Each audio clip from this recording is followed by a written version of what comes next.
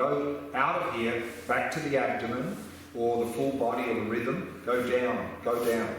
And just really release, relax. And when you feel that you're much more relaxed, then come back here. So you can shift backwards and forwards, and that can be helpful. And then as slowly, we'll develop the habit of being attentive here without the tension. But this will take time. I mean, this is completely normal. How do you hold if I have mental ignorance, there all the mental coming to me. Right, so the mental afflictions are coming. Yeah. Then how I stop them with mindfulness? We're not trying to stop them. No, not stop them.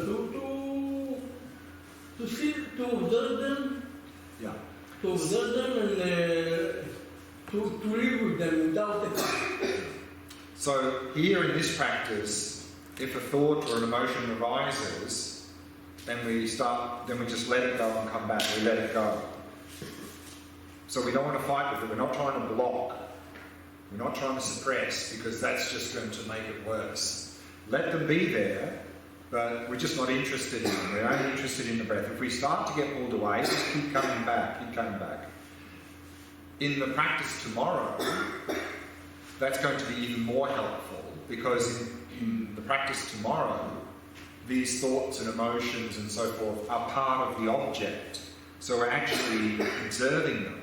So we're actually, it's good that they're there because we've got something to look at in tomorrow's practice.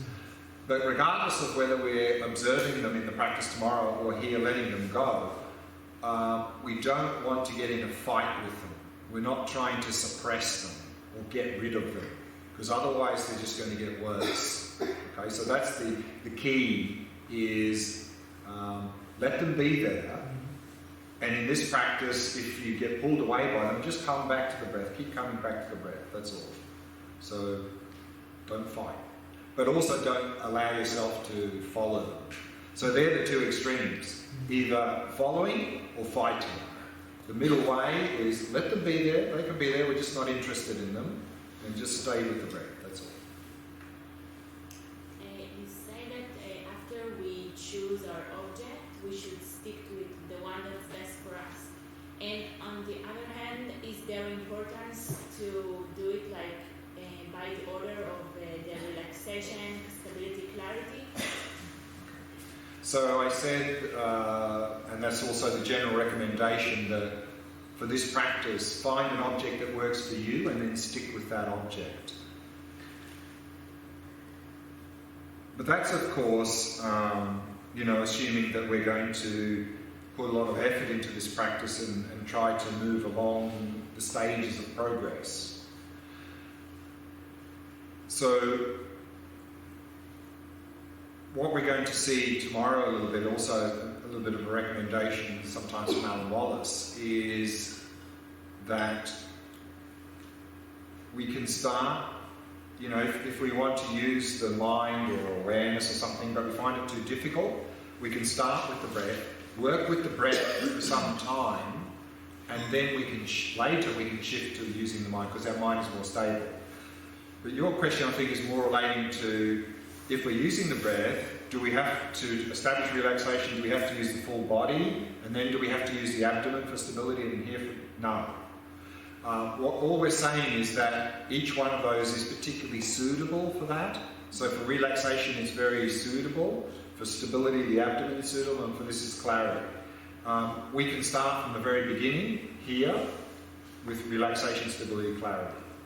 But if you do find that if you start here and you find that you're not relaxing very well, you're getting very tense, then you might like to temporarily go back down to establish relaxation more. Then you can shift back to here. But you don't have to go through those to do those three qualities. Two questions. If I got used to concentrate on the awareness or the mind, and then it's hard for me to concentrate on the nostril, it's possible? Sure. What you'll find is that if you're used to doing one particular shamatha practice and you've been doing it quite a lot, then of course our habit is that's what we do. We rest in awareness, we observe the mind, or we focus on the nostrils or whatever. And then if you shift to a new shamatha practice, you'll find yourself coming back to that. But that's okay, I mean that's just habit. So if we want to shift to another object, just persist with that and you'll find that over time you're less likely to come back to it because you're developing a new habit. But that's completely normal. And the other question was, I had a distraction of, I have pain in my body, and like here, something here, and all the time I went there. It's like a thought, but this pain was, it's okay, but it was stronger than this subtle. So I all the time went to there. So, of course, this is one of the reasons we initially, in the beginning of the practice, set up a good posture, so to reduce the likelihood of pain coming up. Because if we're not sitting properly and we're stressing the knee a bit, then of course it'll start to hurt. So we do that, and of course, you know, doing yoga with sippy and so forth will also help with that to make the body more flexible, because a lot of aches and pains are often initially just because we're not flexible. So doing yoga and body work is very good, very helpful for that.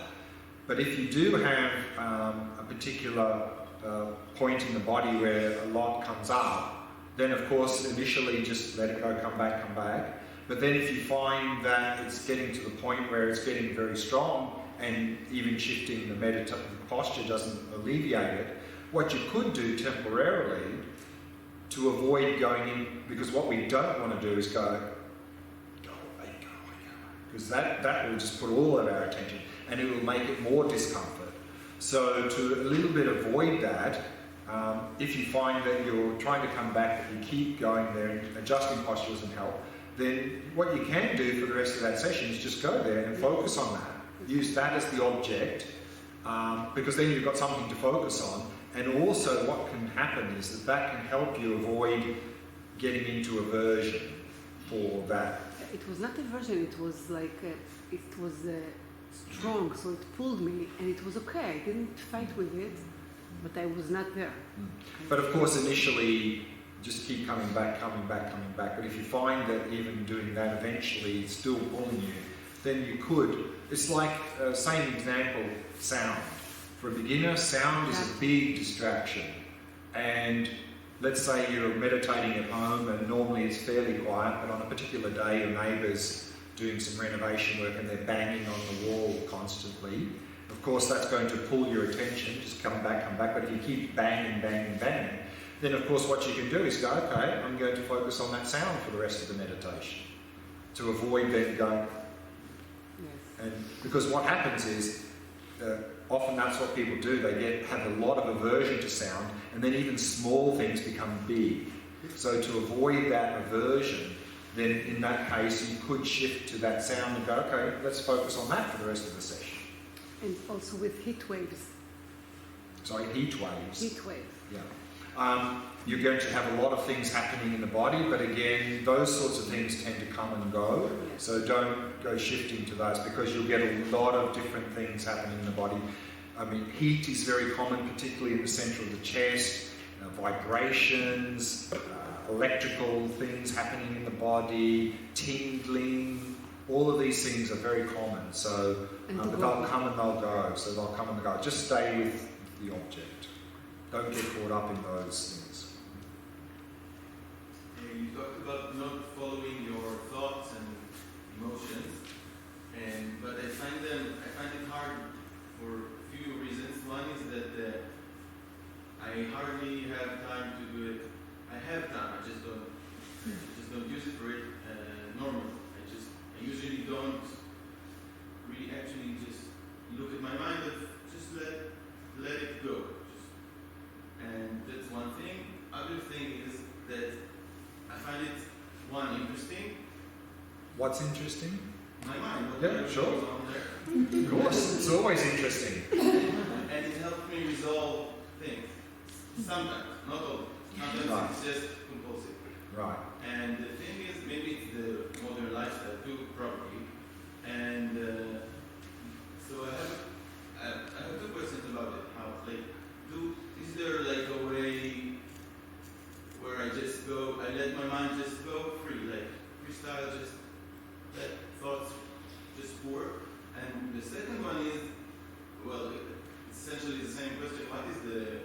Buddhist assertion about inner discourse, about this thing, maybe it's Vipashyana, but how does Buddhism view it? Yeah, I mean, a lot of what you're talking about we'll be looking at tomorrow, because tomorrow we're going to be using the mind as the object for that. But of course, just a few points now. One, of course, is that particularly in the modern world, we have such a strong habit of getting caught up in, because we're all living in the conceptual mind, and we just get caught up in it. So that's normal. I mean, it's normal that these things happen. But of course, if we're using the breath as the object, then if that starts to go, then just come back. And as we're going to see in the Shamatha chart here, maybe tonight or maybe tomorrow night, what you'll find, and I touched on this briefly about creativity this afternoon, is that creativity and actually good ideas don't come from here generally, they come from deep. And so what can happen is with any of these shamatha practices, if you really start to develop a very calm, clear, focused mind, you're opening up a space for all these creativity and great ideas to come up.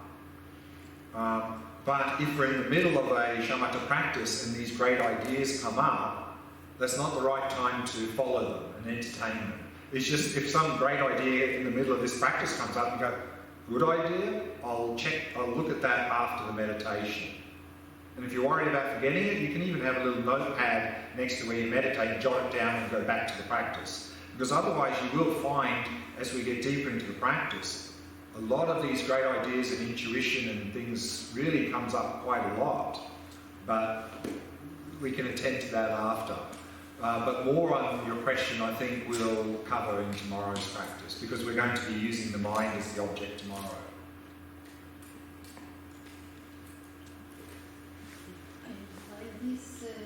While concentrating in my classes, when the meditation is going on and the breathing is growing and growing, so I feel the muscles, but less I still feel I feel more the muscles and less the Sensations, yeah. No, the sensation I feel, but there's no air.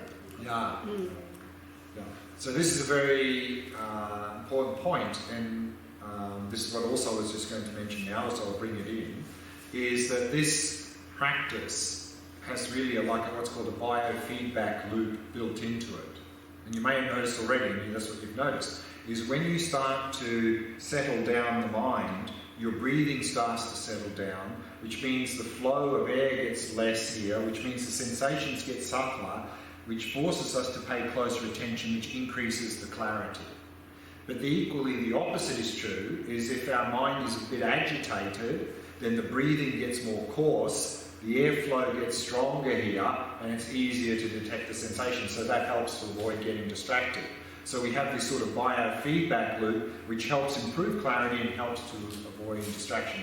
That's something unique with this, so that's very good. Okay. So let's go back to the practice again, and we're running short on time, so we'll keep this practice, we'll do 15 minutes in this practice. But just one thing I want to mention before we go to the practice, and that is, again, which I've mentioned briefly already, but it's important, is that particularly in this breath practice, once we start to get into the practice and the mind starts to settle down, the breathing starts to settle down, what's happening here at a more subtle level is the subtle energies in our body are starting to balance. Now they're very much out of balance, and that creates all sorts of problems in the body. But when they start to balance, because the mind and the breathing settle down, that can cause all sorts of sensations in the body. You can have sense that the body is very heavy, very light. You'll feel like you're levitating. You feel like you're a big body, a small body. Heat in the chest area is very common. tingling, vibration, all sorts of sensations can happen in the body. Some of them are very pleasant, some of them are very strange, some even a little bit unpleasant. But whether they're pleasant, strange or unpleasant, same advice, don't make a big deal out of them. Because these things are a byproduct of the practice, and they'll come and they'll go. Unfortunately, people tend to make a big deal out of them. You know, sometimes you get a blissful flow of sensations in the body, and we go, oh, that's nice, I like that, I want that. And then we just get craving and attachment, and then our practice comes to a grinding halt. Or if the sensations are a little bit strange or unpleasant, we go, oh, what's that? I don't like that. Go away, go away, go away. And then we get caught up in aversion, and our practice comes to a grinding halt. So whatever the sensations are going on in the body, just let them be there, they'll come, they'll go, and just stick to the practice. Okay? So let's do that practice, and now we'll make it a little bit shorter. We're running out of time, so we'll do 15 minutes.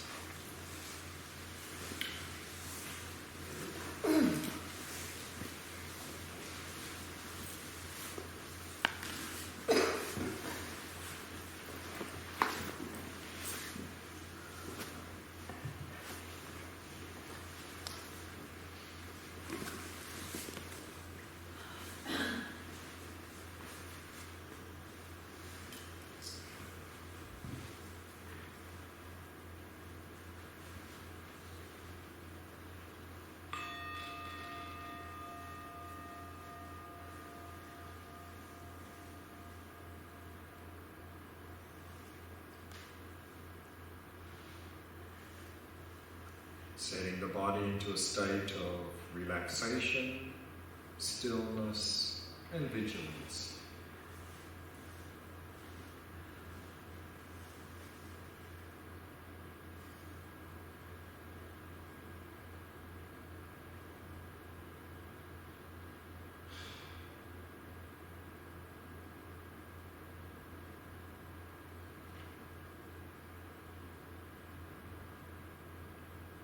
Relaxing more deeply with each out-breath.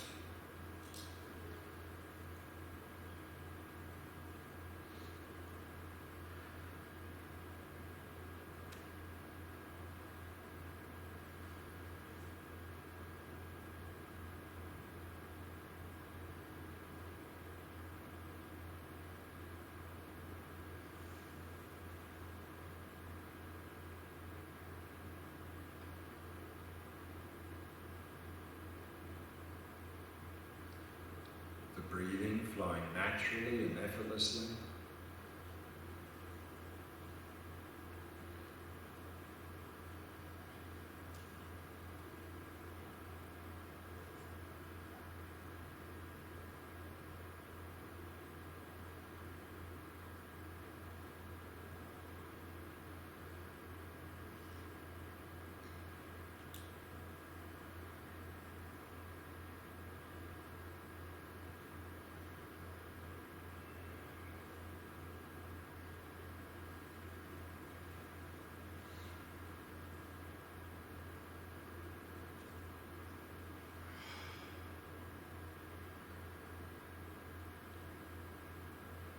And not dwelling in the past, not anticipating the future.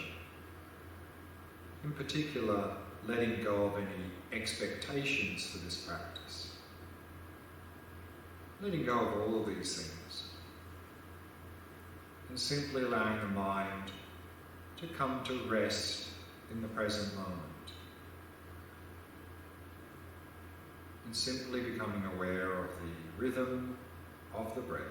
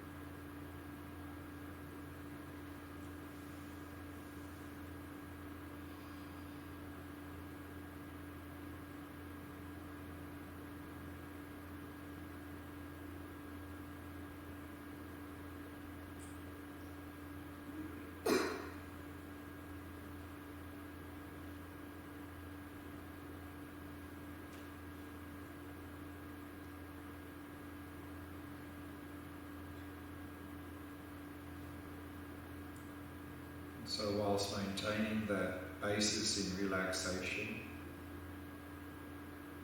narrow your focus and focus on the sensations of the breath at the entrance of the nostrils.